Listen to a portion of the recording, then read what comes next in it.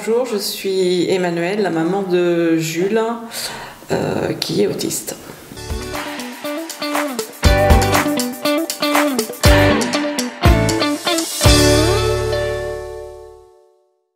Bonjour Emmanuelle et Christophe, merci d'avoir accepté l'invitation. Alors est-ce que vous pouvez justement nous présenter qui est Jules?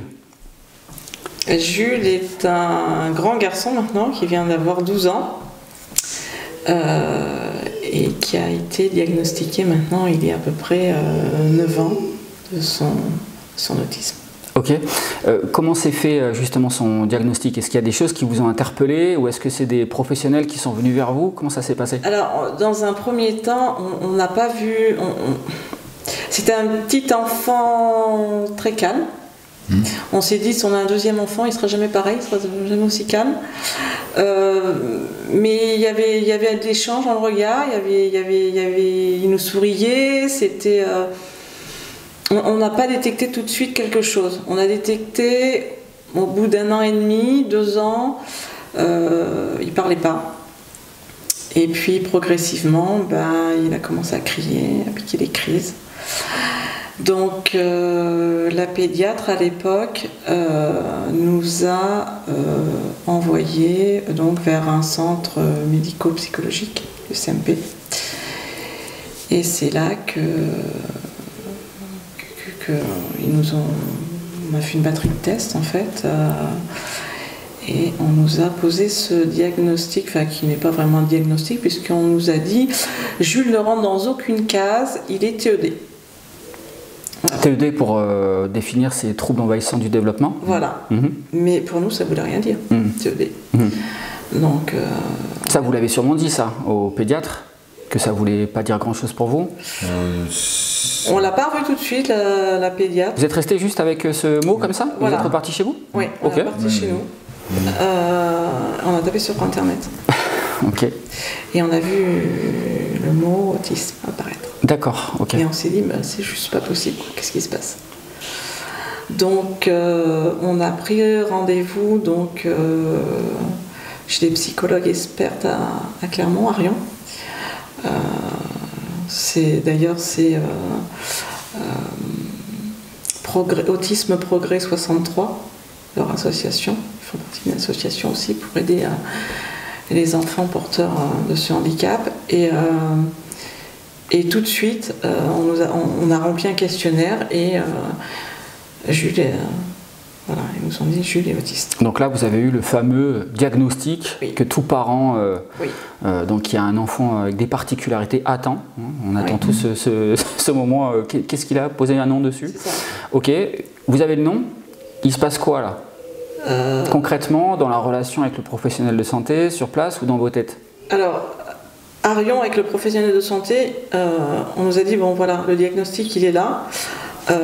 Il faut que sur Montluçon on vous aide, parce que c'est bien beau de vous dire des choses, de faire un quart d'heure par-ci, un quart d'heure par-là, mais voilà, il faut interagir avec lui, il faut une méthode pour qu'il puisse y avoir de la communication. Donc on nous a mis en place le PEX avec les pictos. Ouais. PEX, pour ceux qui ne connaissent pas, c'est un outil de communication alternatif. Voilà. Préparer des petits pictogrammes avec une petite bandelette, le classeur. Je fais juste une petite parenthèse pour situer. Là, Jules, il a quel âge? Il est très jeune, il a 4 ans? Il a 3 ans. 3 ans, donc il n'est pas rentré encore à la maternelle, il est encore que au domicile. Hein. Voilà. D'accord, et c'est dans la communication avec lui que déjà il y a des petits troubles? Voilà. D'accord, ok. Oui, puisqu'il ne parle pas du tout. D'accord, ok. Il ne parle pas du tout. Il pointe? Non. Pas du tout. D'accord, ok. On ne l'avait pas remarqué. Forcément après, mais on n'a pas remarqué le pointage. Voilà, c'était un premier, donc... Oui. Et donc après, c'était compliqué sur Montluçon parce que quand on a voulu dire au pédopsie, donc au CMP, qu'il fallait mettre en place le PEX, il nous a dit « Ouh là là, c'est quelque chose de très très compliqué, si les familles sont pas assidu, vous n'y arriverez pas, enfin je suis pas vraiment pour la méthode, enfin voilà, c'était comme ça. Okay. Et en parallèle, on nous a dit, donc ça c'était à peu près en mars-avril, et on nous a dit, je vous conseille pas, votre fils n'ira pas à l'école à la rentrée, ce qu'il lui faut c'est l'hôpital de jour. Ok. Voilà. Donc la deuxième claque. Voilà. Ouais. Hôpital de jour, je pense que dans votre cursus ordinaire, vous savez même pas ce que c'est en fait, un hôpital de jour.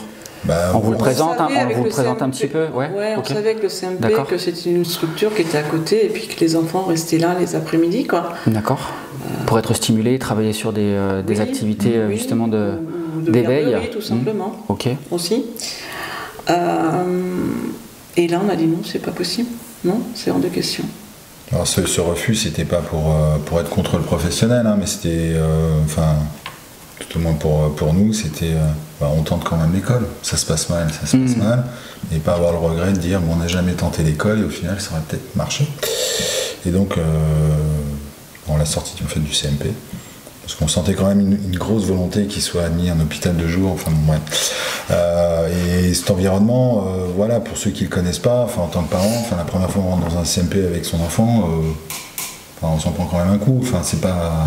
Ça veut dire quoi ce que tu dis, Christophe? C'est qu'on est confronté tout de suite à la vision du handicap. Moi, comme je dis souvent, j'avais l'impression de rentrer comme dans le film au-dessus d'un nid de coucou, quoi.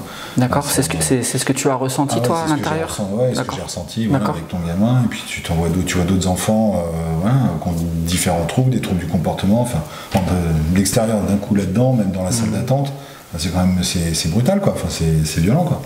C'est violent. Limite de dire, mais qu'est-ce que je fais là ? On n'était pas prêt à ça, en fait. Et puis on n'était pas prêt à entendre, moi j'étais pas prête à entendre que mon fils était autiste. Je ne le pensais pas une seconde. Parce que moi, l'autisme... Et en fait, qu'est-ce que ça vient changer quand tu dis j'étais pas prête à l'entendre? Qu'est-ce que le mot en fait il vient changer? Il est lourd. Dans ton rapport, avec ton fils. Ce mot. Je sais que, je sais pas. Quand on parle d'autisme, les enfants sont dans. Alors Jules, effectivement, maintenant il est dans sa bulle, il est. Mais à cette époque-là, à 2 ans et demi, c'était il y avait un échange dans le regard, il y avait plein de petites choses qui faisaient qu'on... pour moi, c'était pas ça. Dans tout ce qu'on pouvait entendre, c'était un refus de prendre son enfant dans les bras, que pas du tout. Jules est très câlin. Et j'en discutais beaucoup avec mes parents de ça. Et je me souviens que le jour où j'étais à Rion, mon papa m'a dit « Alors, est-ce que tu as eu ce diagnostic? Qu'est-ce qu'il y a ?» J'ai dit « Jules est autiste. » Il s'est mis à pleurer. Et je me souviens que je lui ai dit « T'en fais pas, on va y arriver. » Et en fait, au jour d'aujourd'hui, je comprends qu'il pleurait parce qu'il savait tout ce qui allait en découler par la suite. Et c'est maintenant moi qui pleure et qui l'appelle, et c'est lui qui me réconforte. On en parlait rapidement tout à l'heure. Tu m'as confié en fait le fait que c'est pas évident pour toi. Encore que tu n'as pas fait, pour employer un mot un peu fort, le deuil de cette annonce. Non. Est-ce que tu travailles dessus? Pour quelles raisons ce n'est pas évident? Alors aujourd'hui, voilà, quelques années plus tard, tu en es où? Je vais travailler dessus, puisque là, je vais pouvoir bénéficier, vu que je suis aidante de mon fils, d'avoir un accompagnement psychologique là-dessus. Mais c'est le monde extérieur qui me met des claques à chaque fois. C'est-à-dire? Et dès que je sors avec mon fils dans la rue, je suis regardée comme la pire des mères. C'est ça qui te met mal? Oui. Ah ouais, c'est limite, on n'a pas le droit de les sortir, ces enfants-là. C'est comme ça que tu le vis? C'est comme ça que tu le vis. Et on en parle souvent, l'été, quand on va à la plage, quand on sort, on se dit, mais on dit qu'il y a un enfant sur 100 qui est autiste, mais ils sont où? On les voit pas. Et on est toujours obligé d'aller vers les autres, de s'excuser parce que Jules a des comportements atypiques. Voilà. Atypiques ou socialement pas super appropriés. Alors c'est pas des comportements typiquement violents, c'est pas ça. Oui, pas du tout. Mais ça peut être, là cet été, il était très focus sur Mickey. Enfin, bref. Et dès qu'il voyait un enfant avec un t-shirt Mickey, des chaussures Mickey, des chaussettes, un chapeau, il s'approchait de l'enfant, il tournait autour, mais ça pouvait durer 3 minutes. Alors, c'est sûr que c'est pas commun, quoi. Donc obligé à chaque fois d'expliquer. Après, oui, pour Emmanuel, oui, le regard des autres est beaucoup plus compliqué. Moi, je l'ai mieux intégré, si on peut dire ça. Oui, toi, tu le revois pas, je pense pas. Les autres, je m'en fous. Voilà, je me mets des œillères, je regarde pas. Si ça va pas avec Jules, si je suis centré sur Jules, le reste, je m'en occupe pas. Et je pense que en fait, l'autisme de Jules fait partie de lui et c'est Jules, quoi. Voilà, c'est pas Jules qui est autiste, c'est Jules, tout simplement. Et ça permet. Et Jules, il est devant le diagnostic, il est devant le nom d'autisme, il est devant son trouble. Ça reste un enfant, ça reste Jules. Et son identité, c'est Jules. Oui. Après, il est porteur d'un trouble, effectivement. Ça passe au second plan, voire bien après. Son trouble, c'est pas ce qui le mais c'est vrai, ce qui le caractérise. Ouais. Enfin, après, tout dépend. Tout le monde achemine son. Mais pour moi, c'est très long. Et j'apporte juste une petite précision pour les gens qui regarderaient la vidéo et qui ne mesurent pas. Souvent on entend parler de handicap invisible. Jules, il est dans ce cadre-là. C'est-à-dire que Jules, il est pas marqué.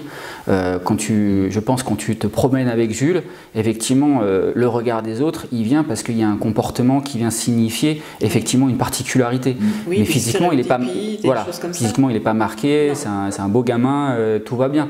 Et c'est ce qui peut-être rend aussi justement ce regard questionnant de la part de la société, c'est-à-dire que on peut partir du principe que tous les gens autour de nous sont ordinaires et c'est tel comportement qui va amener un type de regard, et c'est peut-être justement ce regard questionnant qui toi te blesse encore aujourd'hui. Peut-être que le fait qu'il ne soit pas marqué, pour le coup, ça accentue ce phénomène de regard.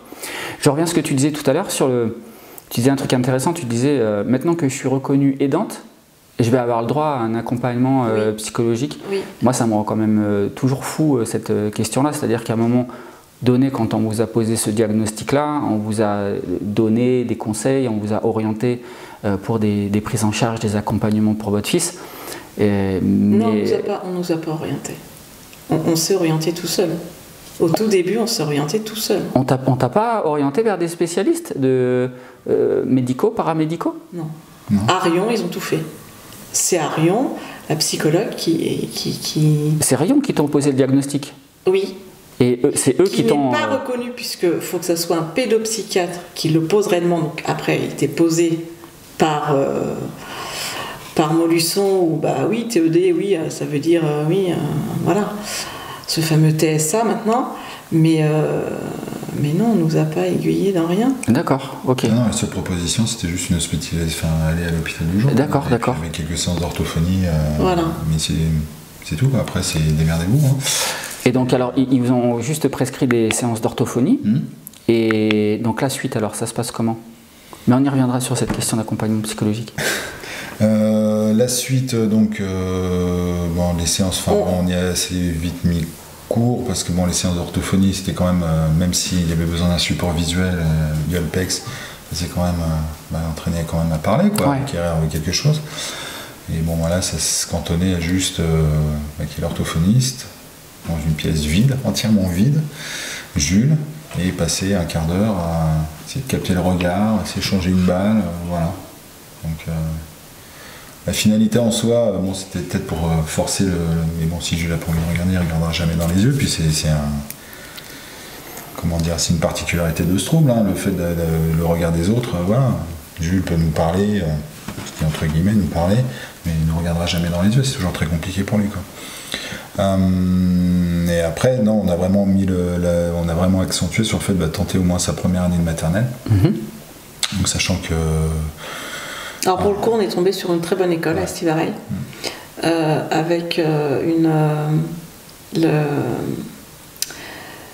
l'institutrice, donc Madame Fournier, c'est La pas... directrice. Oui, la directrice. La directrice, vraiment, je lui ai dit, voilà, Jules est autiste, on nous conseille de ne pas le mettre à l'école. Et tout de suite, elle a dit, non mais, pas question, quoi. Il vient à l'école et...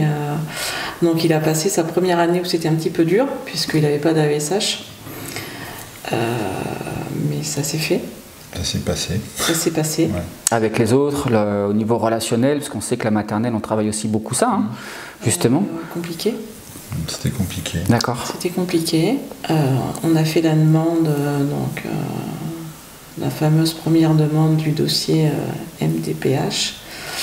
Et on a reçu donc une AESH l'année d'après. Donc tu reçois le dossier ou tu vas le chercher à la MDA, comment ça se passe? Oui, on sort le dossier sur Internet. Ouais. Et on le remplit. Alors moi je le remplis avec l'assistante sociale. Ouais, t'as été aidé, c'est bien. CESAD. Ouais, c'est bien. Voilà, puisque donc cette première, à ce premier dossier MDPH, on a eu droit donc à une AESH individuelle, à 24 heures, et on nous a orienté vers la structure du CESAD à la Vaux-Saint-Anne. Et je suis sortie juste en pleurs. Je dis c'est pas possible, je ne peux pas intégrer parce qu'il y a toute forme de handicap. Et là encore une fois de plus, mais mon fils, non, il n'est pas handicapé. Et ben voilà, donc Christophe m'explique que ça sera que du positif, puisque il y a tous les professionnels qui sont là. Ouais. Sauf qu'en fait, il n'y en a pas tant que ça. Il y a ce qui est l'attendu, l'attendu et Voilà. qui existe réellement. On a juste... Il y a la réalité du territoire qui nous rattrape tous. De toute façon, c'est que forcément, on est un peu démunis en termes de professionnels de santé sur le bassin. Donc forcément, il y a des besoins, mais pour répondre à ces besoins, il n'y a pas forcément les professionnels en face. Non, il n'y avait pas d'ortho. On a juste eu toujours un suivi avec un éducateur. D'accord. Voilà. Ouais, ça c'était constant, ça. Ok. Et l'école continue en parallèle avec l'AESH? L'école continue en parallèle et ça se passe très très bien. Super. Jules fait des progrès. À l'âge de 6 ans et demi, il commence à plus avoir de couches. Ça avec l'école, qui aide beaucoup. Première victoire? Première victoire. Ouais, chouette. La couche. Donc dans un premier temps la journée et puis après la nuit. C'est super. Donc première victoire. Ouais. Au quotidien, à la maison, ça se passe comment? Quelles évolutions vous pouvez constater déjà? Plus de tétine, parce que la tétine c'est pareil, ça a été jusqu'à 10 ans. Oui, on voit qu'il grandit, il commence à se détailler, on pensait des choses, on voyait toujours avec lui cette étude, on croyait que c'était un drame qui s'en sépare et pas tant que ça, quoi. Pas tant que ça, c'est dans ce sens où en fait il est étonnant, quoi. Ouais.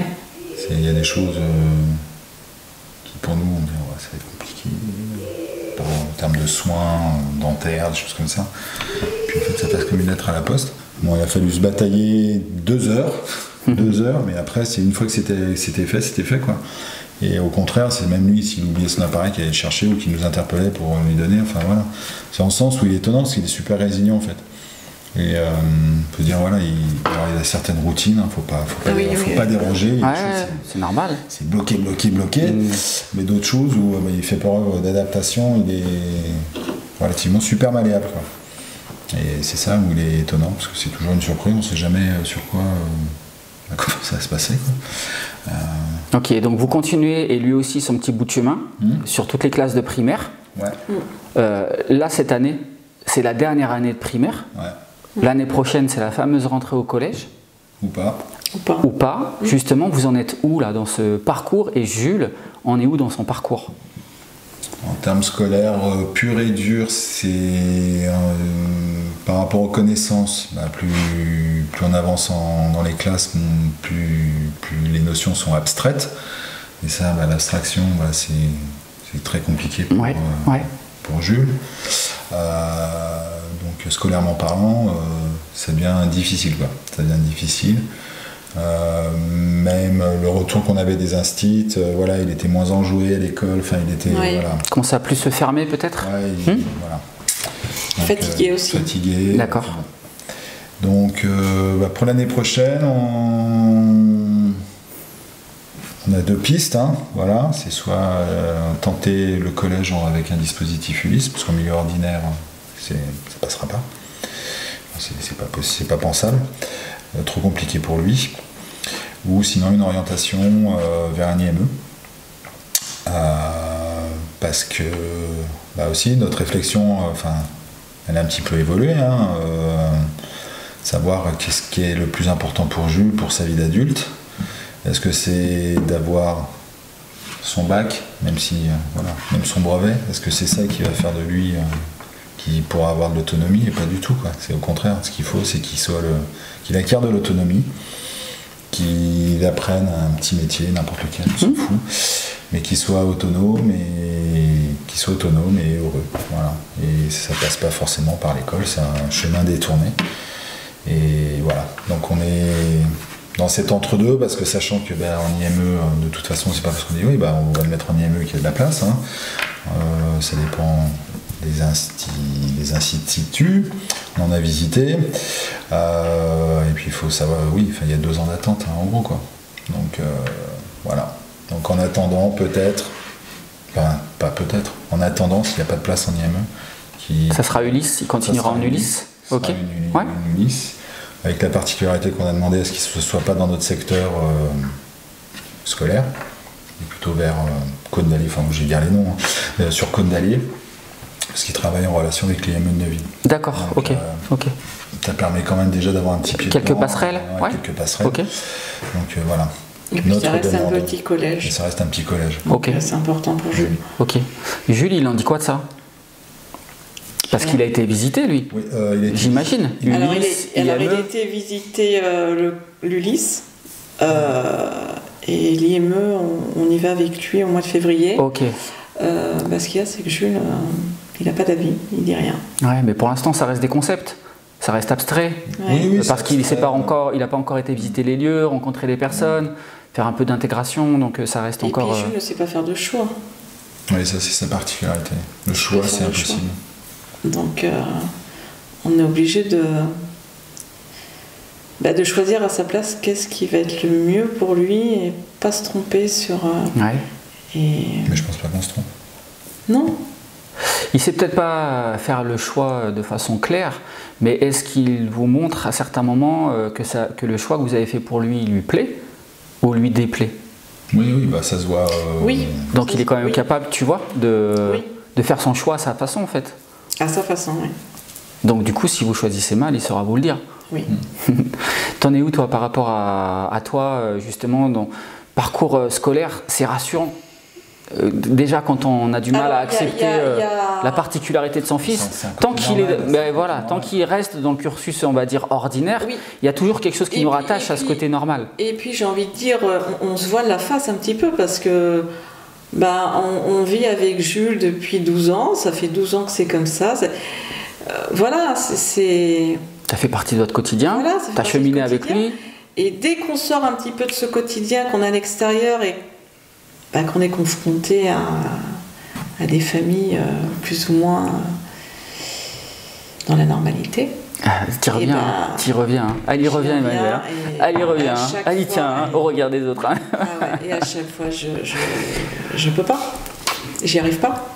Et là, il y a quoi? Il n'y a pas plus d'1 an et demi, 2 ans. On s'est dit, mais Jules n'ira jamais en IME. C'est pas possible. Pourquoi? Parce que ça se passait très très bien à l'école. Parce qu'il évoluait plutôt bien, il n'a pas de retard mental, ça c'est important de le préciser. Donc on s'est dit, on va continuer un maximum d'aller dans le pousser dans l'ordinaire. Circuit ordinaire, ouais. Et puis là, c'est le cycle 3, je crois, à partir du CM1, où là, tout a basculé, quoi. C'était vraiment compliqué. D'accord. Et là, c'est devenu très compliqué. Et là, oui, il faut que je me fasse à l'idée que oui, que l'IME, c'est ce qui est le mieux pour lui. Et j'en suis persuadée. Bon, même super. si ça me fait du mal, parce que ça me fait du mal. Tu vas avancer, t'es forte. Mais oui. T'es pas la même femme qui a 12 ans. Ah non. Aujourd'hui, t'es balèze. T'as cheminé avec ton fils. Oui. Tu vas continuer. Oui. Vous levez des étape après étape et vous avez fait plein de projets. On va en parler dans pas longtemps, mais bravo pour ce que vous faites et j'ai aucun doute là-dessus. Ben, on n'a pas le choix en fait. Il n'y a pas le choix, exactement. Il fait qu'on est obligé de se surpasser et de. Voilà. Être des bons parents, c'est voilà, leur apporter. Je sais pas si on est bon. Bah, on fait tout ce qu'on peut en tout cas. Comme on peut. Comme on peut. Alors justement, on parlait de challenge et de défis. Quel défi Jules a relevé dans son quotidien et où il vous a épaté justement? Un petit peu ce que je disais par rapport au... Enfin, bizarrement, il a aucune appréhension, parce que bon, on est quand même amené assez souvent à aller visiter des lieux médicaux, entre guillemets, hein, et il n'a jamais d'appréhension par rapport à ça, même là, tout récemment, là, enfin, moi, il a eu une petite opération faciale, enfin, et il n'y avait pas de stress, au contraire, il était content, parce qu'on allait à l'hôpital de Rion, on allait prendre la voiture, enfin, voilà. Et c'est... Comme je disais, voilà, la résilience, on pourrait lui faire n'importe quoi. En fait, il va avoir un tout petit bobo sur le doigt. Enfin, on m'a expliqué que tout ce qui se voyait sur l'enveloppe corporelle pouvait le mettre en souffrance. Et je pense que voilà, dès qu'il y a une petite peau, que ça se voit, que ça saigne, vite, il faut mettre un pansement, c'est une catastrophe. Et là, il s'est fait inciser dans la mâchoire pour qu'on lui enlève une dent. Et, impeccable. Donc là, il vous a épaté. Ouais, il nous a épaté. Ouais. Vous nous épatez aussi, notamment ces derniers temps. Christophe, toi, je t'ai connu l'année dernière parce que tu as fait la marche des invisibles. Et je me suis dit, waouh, ce mec, il faut que je le rencontre. Alors justement, est-ce que tu peux nous parler de l'action que tu as faite? En fait, l'action, c'était le 3 mars 2023, donc il y a presque un an. C'était en fait de marcher 24 heures autour de Montluçon pour mettre un petit peu plus en lumière le handicap d'une manière générale, hein, que ce soit aussi bien adulte ou enfant. C'est vraiment pas focus sur l'autisme. Cette idée, en fait, elle était venue en septembre 2023. Juste très peu de temps après la création de l'association, où j'avais vu un papa, Willy, qui est une association des champions des bulles bleues. Enfin bon, bref, c'est pour la rentrée. En fait, lui, pendant 24 heures, il avait marché autour de l'Élysée. Et voilà, j'ai eu deux sentiments en voyant cette vidéo, en le suivant, c'est dire waouh, et puis merde. Donc le waouh pour l'esprit, bravo, ouais. Bravo pour le côté sportif. Et merde pour dire voilà où on en est, où est-ce qu'on doit arriver là. Et il a tourné 24 heures autour de l'Élysée, ça n'a rien fait, il n'a même pas été reçu et tout ça. Donc remerde. Et donc ça m'est resté dans la tête pendant quelques semaines, et en parallèle, il y a l'école de gendarmerie qui est décidée, en fait, comme tous les ans, sur chaque promotion, de parrainer l'association. Voilà, en organisant des événements, des choses comme ça. Et ça tombait, j'ai toujours fait ça dans la tête, gendarmerie, sport, machin. J'ai dit, parce que je suis pas du tout sportif, j'ai dit, je vais leur demander de me préparer, parce que je voulais pas y aller, parce que je me suis rendu compte que ce fameux Willy, faisait des marathons, enfin, c'était pas le kidam, quoi. Enfin, c'est une brute, en sport, c'est une brute. Et voilà, savoir déjà si moi je pouvais le faire à titre personnel, mais ça s'est passé bien derrière. Et voilà, qui me drive là-dessus. Bon, eux aussi ont été très sceptiques au début. Surtout, voilà, j'en ai mon parcours sportif, avec une phrase qui me restera toujours en tête. Surtout, oui, non, mais si tu y vas, t'as pas le droit à l'échec. Voilà. Ce qui est vrai. Si tu le fais pour ton fils, il faut que tu le fasses. Voilà, donc ça met quand même un gros coup de pression. Et après eux sont occupés, m'ont soutenu sur le plan de préparation, des entraînements, aussi à se préparer mentalement, et puis tout ce qui était logistique le jour, pendant ces 24 heures, en m'accompagnant tout le temps, Donc en ça, de cette marche, à proprement parler, c'est dingue, hein, j'en ai pas trop de souvenirs en fait, bizarrement. Enfin, c'est super confus. C'est super confus parce qu'au début, il y avait un peu de stress. Vraiment, voilà, je dormais mal.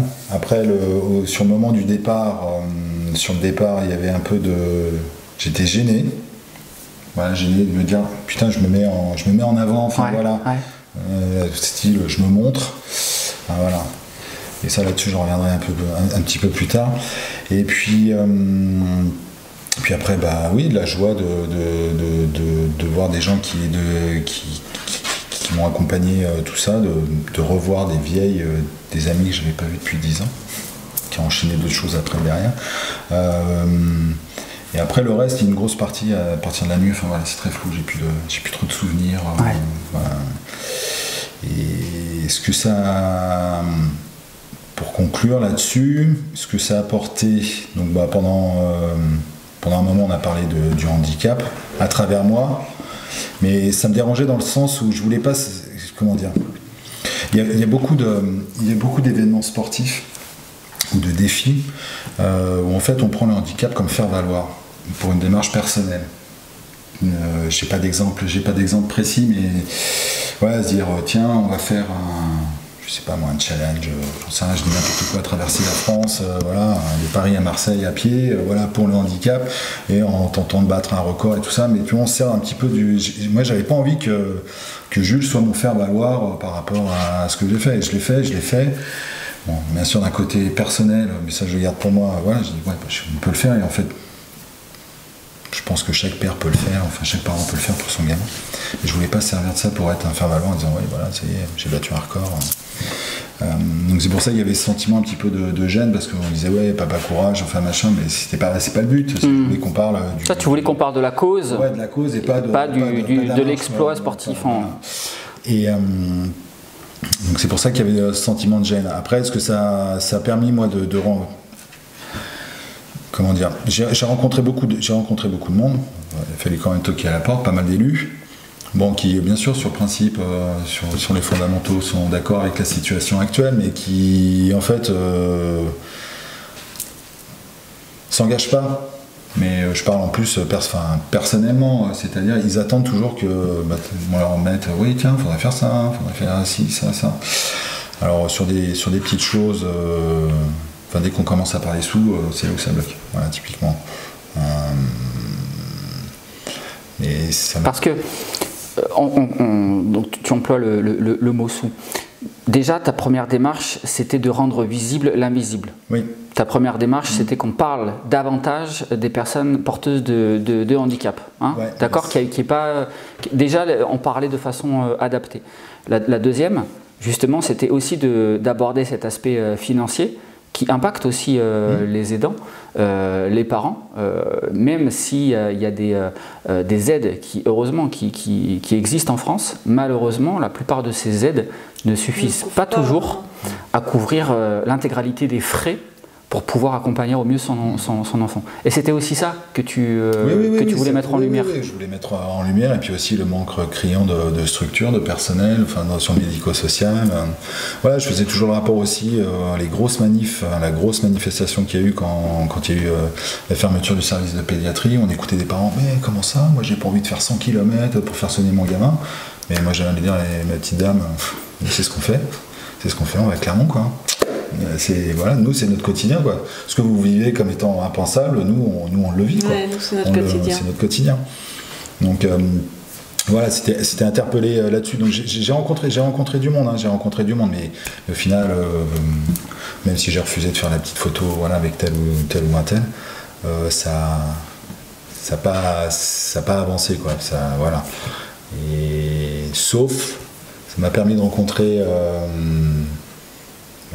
Frédéric Ferrandon, voilà, qui par le biais en fait a permis en contactant le cinéma Le Palace, parce qu'on avait aussi ça en tête, de faire des séances adaptées, voilà, au moins une fois par mois, donc des séances dites calmes, voilà, adaptées pour. Ouais.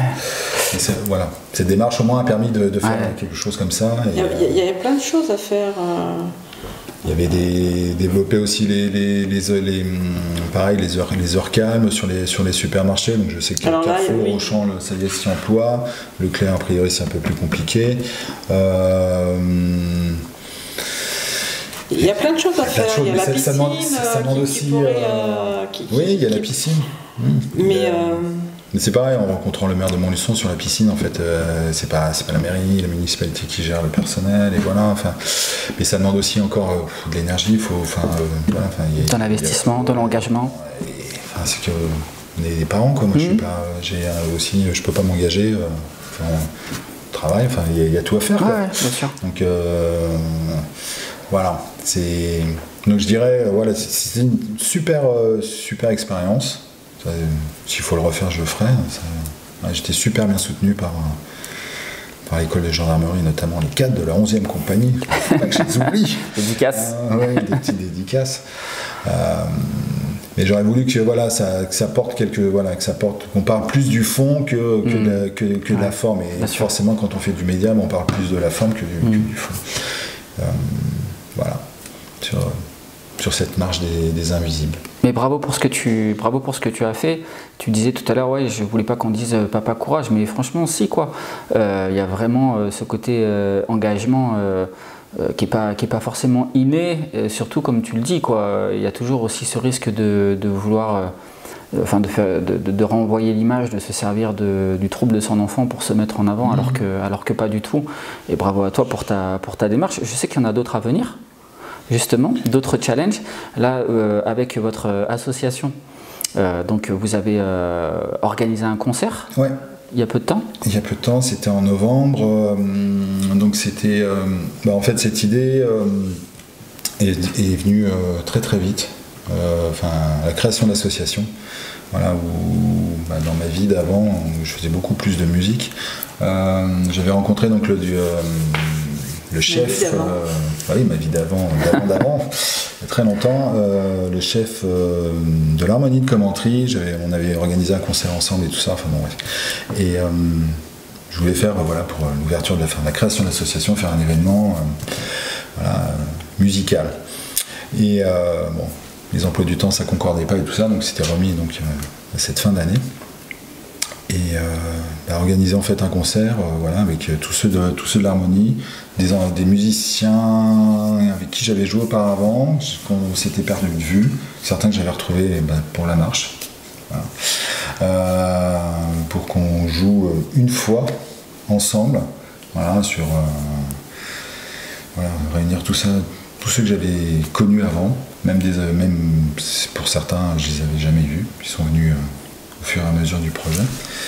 Et c'était un super, franchement c'était franchement un super moment. La salle était comble, chacun s'est investi, mais comme des fous, quoi. Ouais. Comme des fous. Et c'était génial. Ouais. Et c'était aussi le moment de rendre visible encore une fois l'invisible et un sujet dont on parle pas suffisamment. Oui, on en a profité, pour parler de Jules, pour présenter l'autisme, l'association, c'était là cette partie là, c'était aussi pour là je le cache pas, c'est aussi pour me faire plaisir, même si ça demandait un gros boulot, mais oui, là tu t'es fait plaisir. Oui, je me suis fait plaisir. Il faut lier l'utile à l'agréable. Musicalement, je me suis fait super plaisir, quoi. C'était je voulais le faire et je l'ai fait. Et c'est ça qui est dingue, c'est de voir que pour certains, que la volonté des gens peut faire des super trucs. Un peu déplacer des montagnes. Et alors qu'il y a des choses qui bougent pas, qui sont inertes. Mais on peut faire bouger les choses à son échelle. Et c'est ce que vous faites. Ça suffit pas. Qu'est-ce que tu voudrais de plus, Emmanuel? Pour toi, l'idéal, ce serait quoi? L'idéal, ça serait déjà qu'on nous impose pas de nous dire non, mais Jules, il n'a pas le droit d'aller chez tel ortho parce qu'il va dans un CESAD, donc il y a une convention. Donc il faut expliquer qu'il n'y a pas d'ortho dans ce CESAD, faire des courriers qui remontent à l'ARS, qui redescendent, on attend 6 mois de battement. On n'a pas le droit en fait de choisir pour notre enfant. Plus de flexibilité dans le parcours administratif et dans le parcours d'aide, en fait, c'est ça? Un ergothérapeute, pourquoi une psychomote, pourquoi une psychologue n'est pas pris en charge? Alors, par la Sécu, parce que ça veut, par une enveloppe de je sais où, mais un enfant qui est reconnu avec un taux de 80% de taux de handicap, pourquoi il n'a pas le droit? On sait que la haute autorité de santé préconise des choses avec des psychologues. Rien n'est fait. Il faut payer. Il faut payer avec quoi en fait? Parce que moi j'ai arrêté de travailler pour m'occuper de Jules. Pour le véhiculer, pour aller à Clermont, pour aller chez l'ortho 2 fois par semaine, pour l'emmener à ses rendez-vous. Et ça... T'as l'impression que c'est pas forcément su ou pris en compte? Non. Non. Et il y a surtout aussi le fossé qu'il y a entre le discours et les actes intervenus. Enfin, j'en avais parlé au mois de novembre, mais voilà, sur les plans nationaux, sur l'autisme, ou maintenant les troubles neurodéveloppementaux. Donc, il y a plus de gens avec la même enveloppe, mais voilà. Voilà, sur ce qui est annoncé et sur ce qui est pas fait, quoi. Et ça, ça c'est typiquement c'est insupportable parce qu'on sort des millions, on annonce des chiffres, des choses comme ça, mais ramener à l'échelle individuelle, c'est des miettes. Plus voilà, le millefeuille administratif à chaque fois qu'on veut faire quelque chose, tout ça c'est compliqué. C'était vraiment par rapport au 3 mars, c'était vraiment par rapport à ça. Et que oui, c'est bien beau de dire oui, mais ça dépend pas de nous, voilà, c'est l'État, c'est la région, c'est le département, c'est jamais la faute d'eux. Tout le monde se renvoie là-bas. Pour l'ARS, la situation sur l'Allier, elle est tout à fait acceptable, on est très bien doté, tout va bien dans le meilleur des mondes, voilà, en termes de handicap, quoi. Où on se félicite de dire tiens, on a ouvert une clé. Même si c'est très bien, je remets pas ça en cause, attention. Dire, tiens, on a ouvert une classe maternelle à Melun, il y a 6 gamins. Bravo, enfin 6 sur combien? Enfin, c'est pas juste se réjouir de tiens, j'ai mis ça et puis je suis content, puis on fait plus rien derrière, quoi. Et même les municipalités peuvent être motrices en formant leur personnel qui accueille déjà les enfants dans les crèches, dans le périscolaire, dans les structures sportives, dans les associations aussi sportives.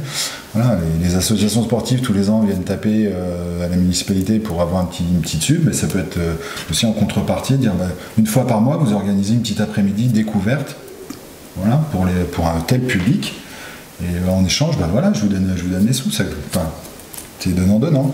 C'est ce manque de volonté de prise en compte du handicap, où tout le monde dit ouais, le handicap, c'est la richesse. Est-ce que d'après toi, d'après vous, c'est un manque de considération ou c'est un manque de connaissance, je dirais? Parce que, en fait, avant d'être parent d'un enfant porteur de handicap, peut-être c'est un sujet sur lequel, si vous n'y aviez jamais été confronté, oui, peut-être vous n'y aurez jamais pensé. C'est sûr. Et quand je dis ça, je me fais pas l'avocat du diable, et j'essaye pas de défendre qui que ce soit. C'est juste une réflexion, tu vois. Quand on n'est pas concerné par un sujet, et forcément, on se rend pas compte. Et avant d'y être sensibilisé. En fait, tout simplement, des fois, c'est bête, hein, mais tu ne penses même pas en fait, à faire des actions en ce sens, en fait, tu vois.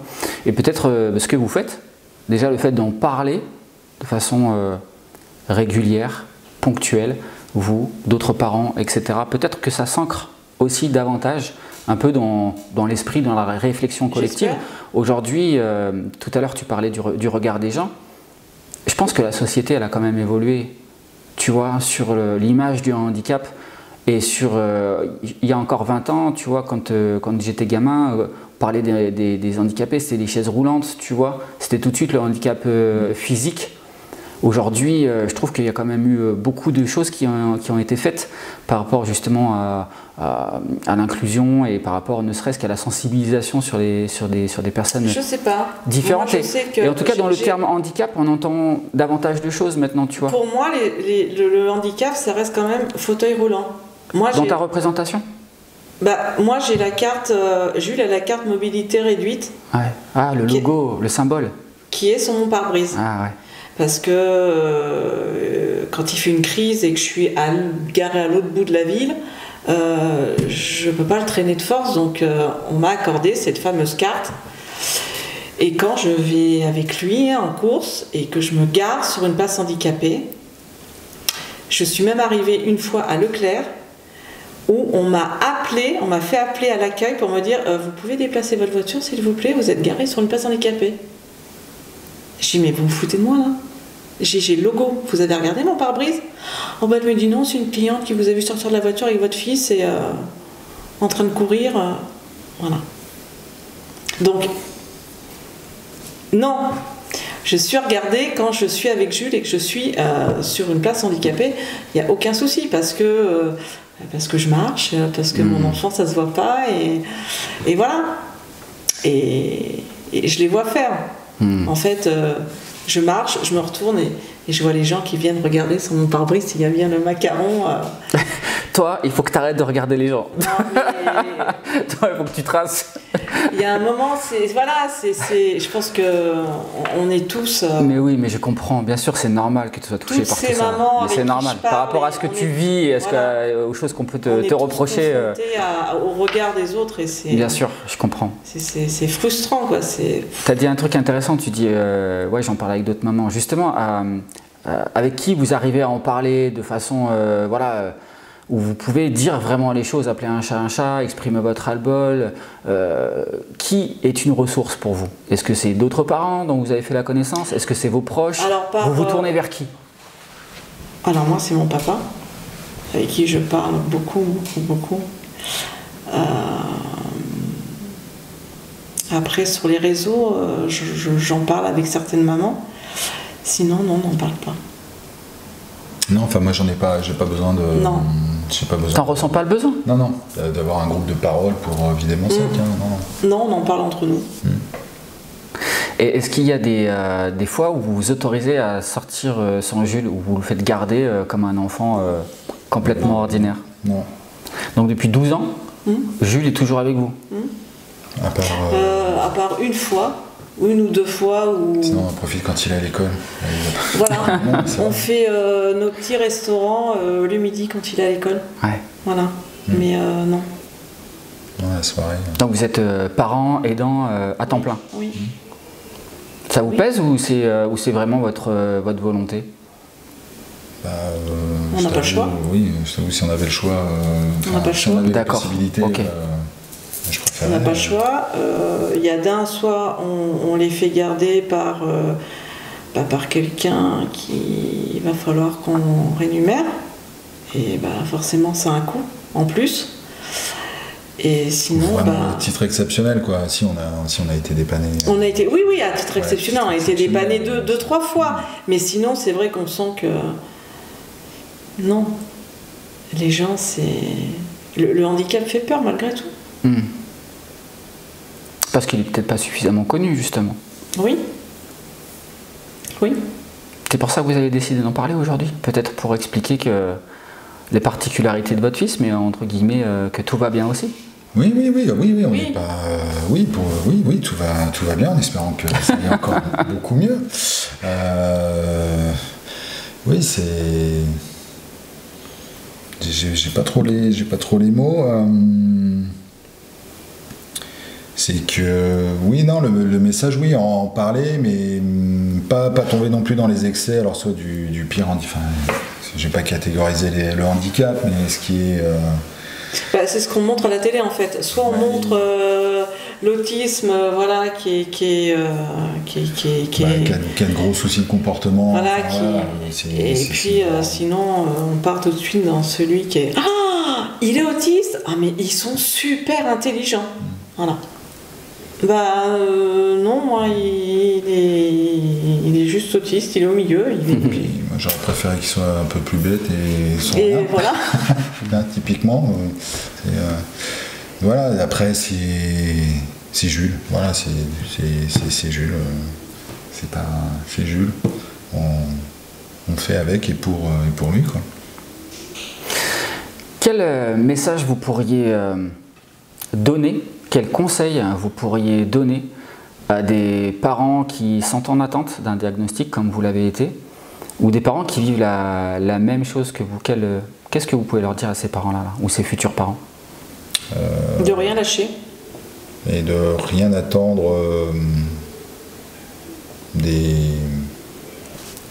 pas des institutions, je parle pas des professionnels, mais des administrations, voilà.